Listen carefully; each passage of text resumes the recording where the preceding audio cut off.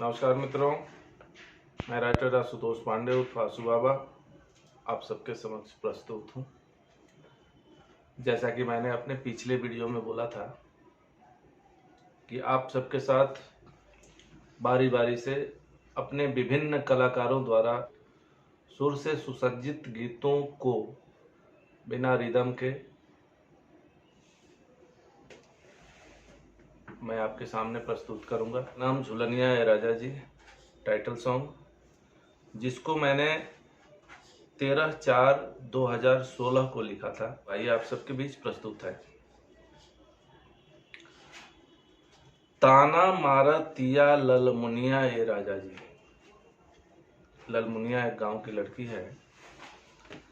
ताना मारतिया ललमुनिया ए राजा जी मतलब सहेली से एक अपनी आपस में बात करेंगे, दो सहेलियां।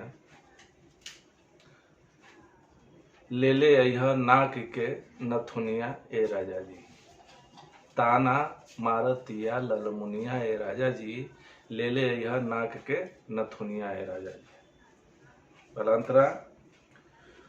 सुना ये राजा बड़ा बेदर्दी सुना ये राजा बड़ा बेदर्दी, तारा कुछो ना बुझाला हो।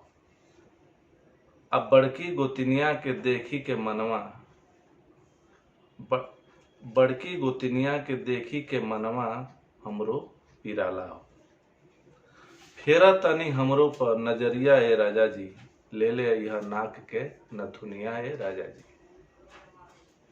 फेरा तनी हमरो पर नजरिया ए राजा जी, ले ले यह नाक के नथुनिया ए राजा जी। साया भी मैचिंग, साड़ी भी मैचिंग, मैचिंग बा सब पहनावा हो। साया भी मैचिंग, साड़ी भी मैचिंग, मैचिंग बा सब पहनावा हो। गूथल गतर में गहना बा महंगा, गूथल गतर में गहना बा महंगा, देखी के जिया जरी जाला हो।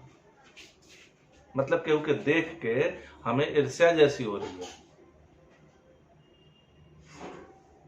गूथल गतर में गहना बा महंगा, देखी के जिया जर जाला हो।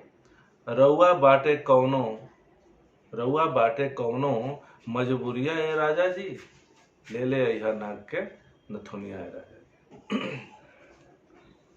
जब से हम आईनी, लास्ट अंतरा, जब से हम आईनी तोहरा नगरिया, जेवरिया न एको बनौला हो। जब से हम आईनी तोहरा नगरिया, जेवरिया न एको बनौला हो।